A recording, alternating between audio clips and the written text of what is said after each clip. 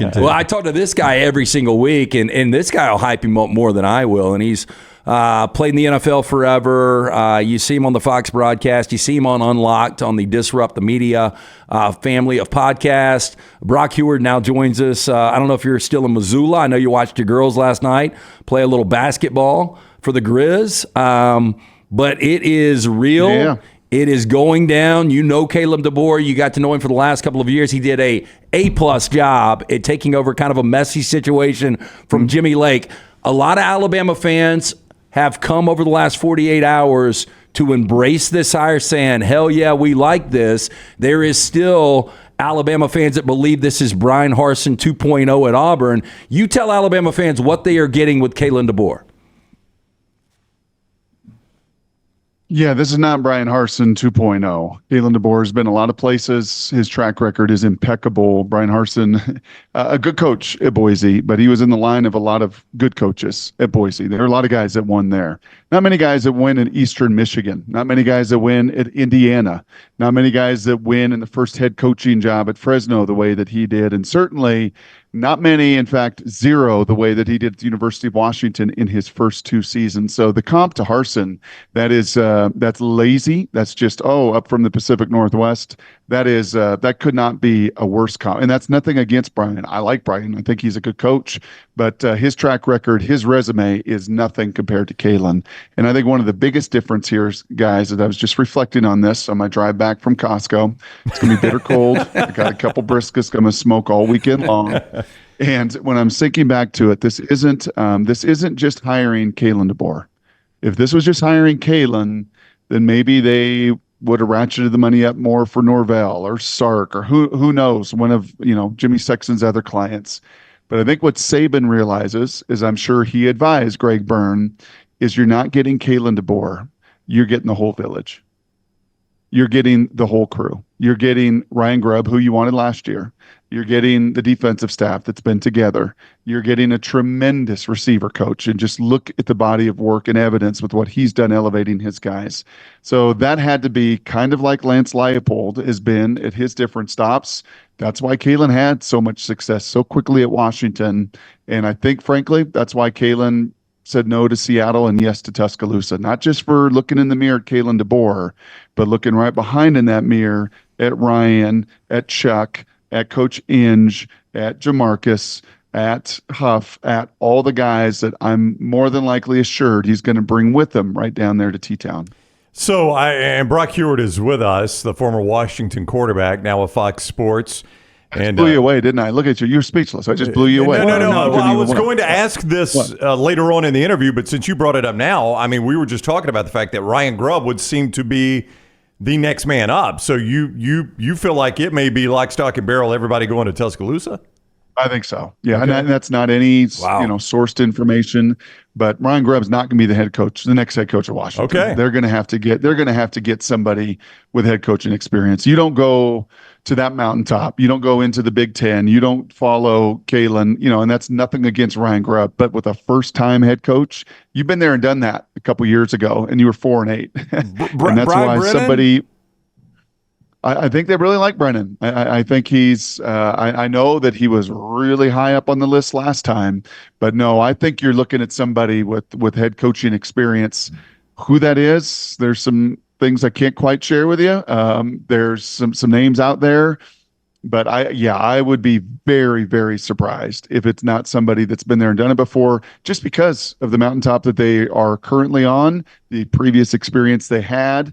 And I would think that this is Kalen and a whole bunch of that village coming with him. Yeah, national championship game participant runner-ups going to the Big Ten. And that Big Ten move for Washington is huge because that gives them a secure place in college football's future. Brock Huard is with us as this breaking news story. Alabama's next coach, not official yet, but it seems to be in line that Kalen DeBoer will follow Nick Saban in Tuscaloosa. And you break down tapes a lot. For Nick Saban's style of football, and he's adjusted it a lot over his time in Tuscaloosa, to Kalen DeBoer's style of playing the game. Can you tell me one difference if you say the last version of Saban in Tuscaloosa to the way Kalen likes to play the game? Yeah, I mean, just different. One is sees it through an offensive optics and lens, and Kalen, but he's hyper aggressive. Nick's hyper aggressive. He just does it with a little bit more of the defensive bend that has been his background, and that would probably be the one thing that they've got to get better. And I think Kalen would say, man, at Washington, we can get receivers. I'm going to get quarterbacks, running backs. We've developed offensive linemen, but man, getting those difference makers on defense and maybe even playing Michigan, right? Seeing it at the very highest level, Texas and then Michigan. Lance and I have talked a lot about it in previewing these games over the last couple of weeks. And defensively, on the roster of Washington versus Texas, you would have taken 9 of the 11 Longhorns.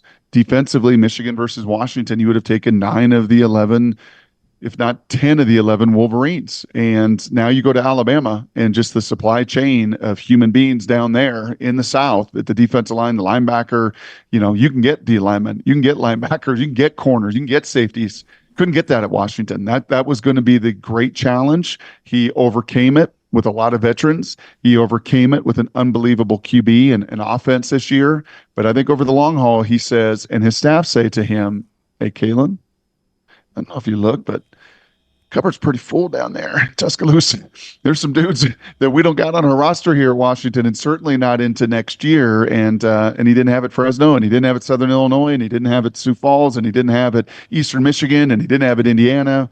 And yeah, he's going to have quite an arsenal to work with. Well, and you said one of the more appealing things was he's bringing the entire village. And I think Alabama fans are super excited about Ryan Grubb.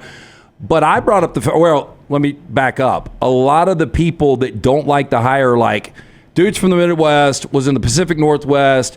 He can't recruit the Southeast. First of all, the Southeast is the most fertile recruiting ground in the world. I brought up he's going to have to get some SEC ties. I don't know if that's necessarily true. That's just, you would think that you would have some familiarity. I mean, do you think recruiting's a problem? No. Nope, I don't. If this were 5 years ago, I think we'd have a different conversation. Heck, even when he was hired at Washington, a lot of the locals there kind of paying the move. Kalen, what? Never got win a press conference. Not going to be able to recruit. That's not the world we live in anymore. It's just not, and it's why he made, I think this move too 5 years ago. Does this make sense? No. Does it make sense today? Yes. Because recruiting is not just recruiting high school kids. Recruiting is called the transfer portal. Recruiting is called, let me see your pelts on the wall. Recruiting is called, let me see your first rounders and your second rounders and your third rounders. Oh, okay. So there goes Roma Dunze. There goes Braylon Trice. There goes Troy Fautanu. There goes Michael Penix. There goes Jalen McMillan. There goes Jalen Polk. On and on and on. And he just had 2 years to do that and build that at Washington. So, no, if he had to recruit 25 kids from South Carolina and Georgia and Florida and Alabama and go toe-to-toe with all of the dudes that are networked in the SEC, okay, fine. That might be problematic 5 years ago. This is now national. This is now portal. This is now NIL. It is a totally different dynamic, and it's what can you do for me to get me to the league? And oh, by the way, win games, but get me to the league. Exactly what Saban did at a rate nobody's ever done in college football. You're a proud girl dad, and so is Yes. Kalen. And Washington has a proud softball program. Alabama's got a proud softball program. Kalen's daughter, Alexis, was a top 10 or 15 recruit at any They position. better make room. You better make room, Bama. You better roll That over. was make some one room. call from And make Saban, sure and that she got a room was spot on made. that roster. Yeah, and he said he was looking forward, according to reports, Brandon Marcello said he was looking forward to walking across the street and watching his daughter play there in Seattle. So you know the guy. Seems like a family guy. Maybe Alabama softball also gets Alexis too? I would have to think so. Yeah, I don't think they're going to be 3,000 miles away. And let me just kind of land on that here too. Paint the picture for you all as I've gotten really close to him. You're going to find this, that when and you guys gain relationship because you're so good at what you do and you get his cell phone, you text him and it won't be more than 10 minutes. Anybody. And that's not just me. That is everybody that I talk to. Like, can you believe he gets back to, can you believe that he just, reaches back out? Can you believe Chris Fowler told this story on our morning show a couple weeks ago? And it just so perfectly to me encapsulates and paints the picture of who you're getting. He's on the practice field. This was before their first game with Oregon. Herbie and Fowler did 5 games of the Huskies this year. Herbie came on my show 5 times because he loved Kalen and the program that much.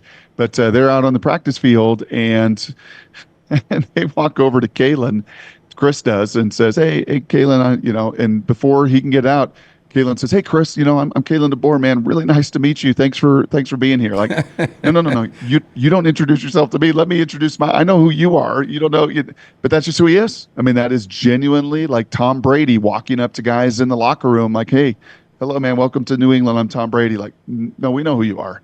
And I mean, that's kind of just genuine. I like to say salt of the earth, that South Dakota soil that never has left him. And that, not scheme with Nick, not even style of play and aggressiveness with Coach Saban, but that just kind of just genuine, relational, wants to get to know everybody. He's a little different, and I have a feeling Alabama folks are going to love him. Before you jumped on, I was talking about the rematch in the Pac-12 championship with Oregon. And that was the one time I doubted him. And talking to you before it, and I still liked Oregon in that game going into it, but you said this guy thinks he is going to win every game before they play the game. And you look at his record against ranked opponents up until that Michigan game, it was perfect. And just tell us about the confidence and the preparation from a guy like Kalen DeBoer. Yeah. I think 2 things there, Lance, pop into my mind as you say that. Number one, in our market in Seattle now, in 48 hours, we've lost Pete Carroll and Kalen DeBoer. One was there 14 years, one was there 2 years. Yeah. Little different, as far as the length. And one won a Super Bowl in Pete and took us to heights we've never been. All of that stuff. But they're dead similar in that they look for the best in their players. And when I said that to you he didn't think about the downside. And he said that before. And so he went forward on 4th down at his own 28-yard line Apple Cup, where if he doesn't get it, probably not talking about this. We're probably not having this conversation. He doesn't get a rematch with Oregon. He doesn't get to beat Texas. He doesn't get to play in the national title game and do all of that. And when I pressed him on it and talked to him both personally and privately, I don't think about the downside of that. I am so focused in, and we're good. We're locked and we're loaded. We've practiced this. We've repped it. We know it, and we fully believe in our guys. And much like Pete Carroll, fully instilled that confidence and belief in people. Kalen does the exact same thing. In the other area, they're similar. And this will be kind of interesting, and it'll be a little bit of an adjustment for him because Seattle and Fresno and those other spots are not Tuscaloosa. But in everywhere he has been, it has not been Kalen DeBoer's team. It has been the locker room's team. It is their team. And he gives it to those guys. Again, much like Pete Carroll. Personalities vastly different humans, all of that stuff. But as far as culture building, positivity, believing the best in people, and then really having player-led teams. And I hope that was on display for all of you fans in Alabama as you watch Washington. Like, man, even when Roger Rosengarten got a critical hold, what did you see? All his teammates right there, picking him up, loving him, patting him on the butt. We're good, right? That team had such a belief in one another and a care factor for one another that will be intriguing to me to see how that plays out at a place where the standard is obviously very, very unique. We'll send you our T-shirt, "Da Bear to Da Goat to DeBoer." We'll put that in the mail today to you. It's good, Jim. Yeah.